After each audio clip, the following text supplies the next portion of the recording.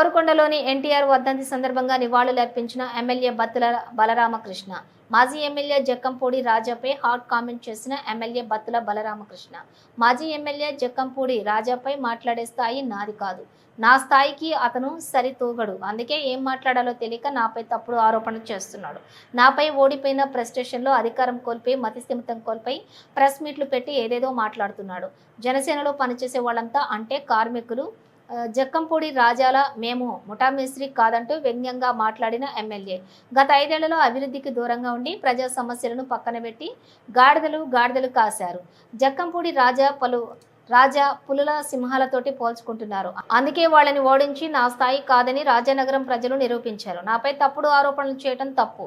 వాళ్ళు కూడా deputy CM Pawan Kalyan, CM Chandrababu Naidu, Rajanagaram MLA నిజాయితీ ఏంటో వాళ్లకు తెలుసు. కాదు అనకాపల్లిలో గంజాయి అని అంటే మాకేం తెలుసు? ఆ గంజాయి వాళ్ళు అందరూ నీకే తెలుసు, నాకు తెలియదు. మా కుర్రోళ్ళు ఎవరు గంజాయి వాడరు కాబట్టి మా వాళ్ళకి తెలియదు. కాబట్టి అతని గురించి పెద్దగా మాట్లాడకూడదు. ఇంకోటి ఏదో ఎవడో చెప్పాడండి, పేపర్ మిల్ గురించి ఏదో మాట్లాడాడు. గాడిదలు కాసేసి నువ్వు 5 ఏళ్ళని నువ్వు ఎమ్మెల్యే చేసి గాడిదలు కాసావా? నీ ప్రభుత్వంలో పేపర్ మిల్ ఉద్యోగస్తుల గురించి ఒక్కరోజు మాట్లాడావా? మూటలో బ్యాగులు పట్టుకెళ్ళిన సన్నాసిగాళ్ళు అందరూ ఇప్పుడు మాట్లాడతారా? ఛీ, అలాంటి వాడి గురించి నేను మాట్లాడేటరకు ప్రజలకు సమాధానం చెప్పాలి. నేను అతన్ని ఏం అడగను. అతను నా స్థాయి కాదు. నా స్థాయి అయితే ఆ ఎలక్షన్లో అంత చిత్తుగా ఓడిపోయేవాడు కాదు. నా స్థాయి ఎందుకు అవుతాడు అతను? జక్కంపూడి రాజా నా స్థాయి కాదు. అతని స్థాయికి నేను మాట్లాడాల్సిన అవసరం నాకు లేదు. నా స్థాయి మనిషి వచ్చినట్టు నేను మాట్లాడతాను. అతను నా స్థాయి ఎందుకు కాదు అసలు. అతను పుల్లు సింహాలు అంటున్నాడు. పుల్లు సింహాలు అయితే పోయి అడవిలో ఆడాలి, లేకపోతే జూలే ఆడాలి. మనుషుల మధ్య ఎందుకు అనవసరంగా గాండ్రించి తిరుగుతుంటే ఇబ్బందిగా ఉంది. Print and media, electronic media వాళ్ళకి కూడా ఇబ్బందిగా ఉంది. అది ఎక్కడ కనపడద్దు అని చెప్పి ఫారెస్ట్ వాళ్ళకి ఇన్ఫర్మేషన్ ఇస్తాకి. నేను పుల్లు సింహాలు కాదు, నేను మనిషిని.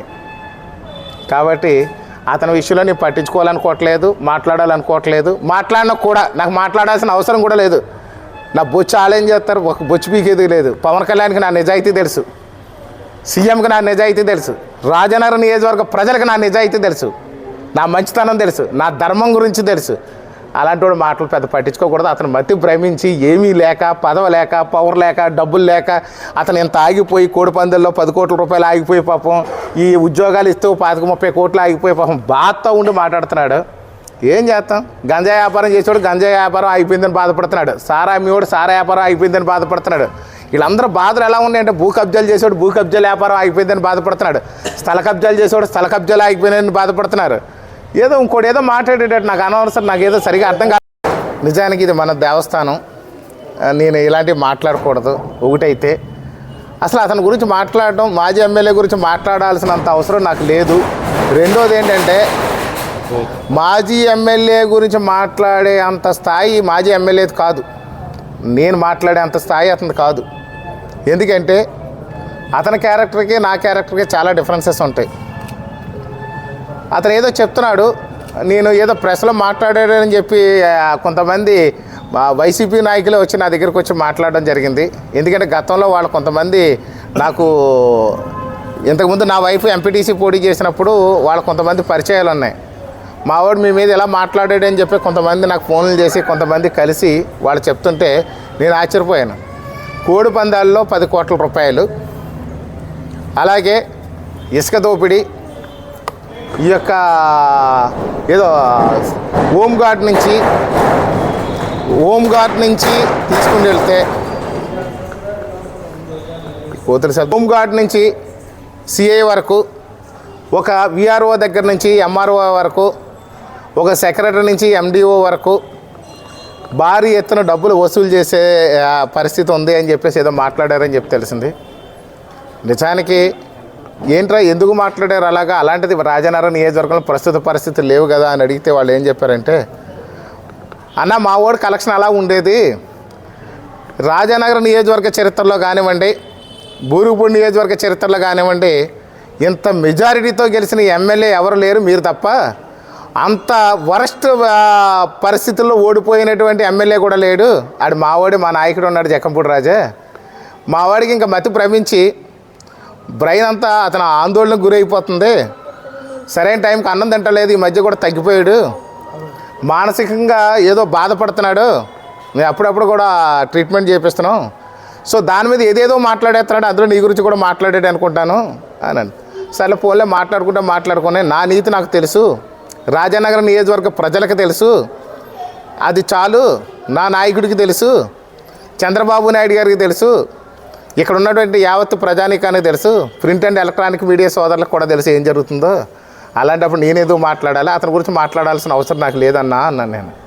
కాదన్న, అసలు ఇబ్బంది ఏంటంటే ప్రతి సంవత్సరం కోడి పందాలు కట్టుకున్నాడు, మావాడు 10 కోట్లు వచ్చేది, జక్కంపూడి రాజా కలెక్షన్ 10 కోట్లు ఉండేది, అది పోయిందన్న బాధతో మీరు కానీ తీసేసుకున్నారేమో అని చెప్పి ఆందోళన అది మాట్లాడేశాడు.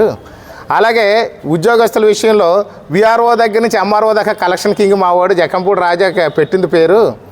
ఈ డబ్బులు తీసుకుని ఉద్యోగాలు వేయడంలో అసలు పరాకాష్ట ఉన్నటువంటి జక్కంపూడి రాజా మీ గురించి ఎందుకు మాట్లాడుతున్నాడంటే ఆ కలెక్షన్ అంతా పోయిందని బాధపడుతున్నాడు. మీరు చూస్తేనేమో ఎవరి దగ్గర రూపాయి తీసుకోకుండా చేస్తున్నారు. మీరు ఎలాగానే ఉంటే ఓ 2-3 ఎలక్షన్ల పాటు మీరే ఎమ్మెల్యేగా ఉండిపోతారేమో అని అడిలిపోతున్నాడు మావాడు. అడిలిపోయి మాట్లాడుతున్నాడు అన్న, ఏం పట్టించుకోవద్దు, అతను మతి ప్రేమించింది ఈ మధ్యకాలంలోనే, దానివల్ల ఏదో మాట్లాడేస్తున్నాడు అని చెప్పి వాళ్ళు చెప్తుంటే నాకు ఆశ్చర్యం కలిగింది. తర్వాత ఏదో శాండ్ దోలేస్తున్నారు అన్నారు.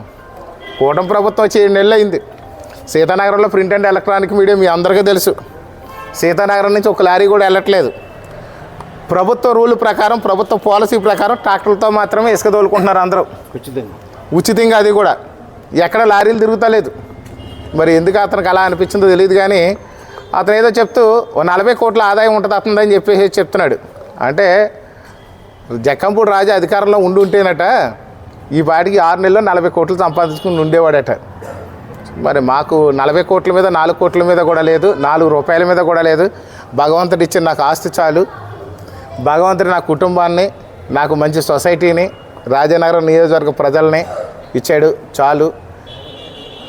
నేను ఒకటే అడుగుతున్నాను, ధర్మబద్ధంగా వ్యాపారం చేశాను, ఇన్కమ్ ట్యాక్స్ కట్టి నా ఆస్తులు సమకూర్చుకున్నాను. నువ్వు పుట్టిన కాడి నుంచి ఏ వ్యాపారం చేసావు, నీ పూర్వీకులు ఏ వ్యాపారం చేశారు, మీరు సంపద ఎలాగా అని రాజానగరం నియోజకవర్గ ప్రజలు అతను ప్రశ్నిస్తున్నారు. దానికి అతను రాజానగరం నియోజకవర్గ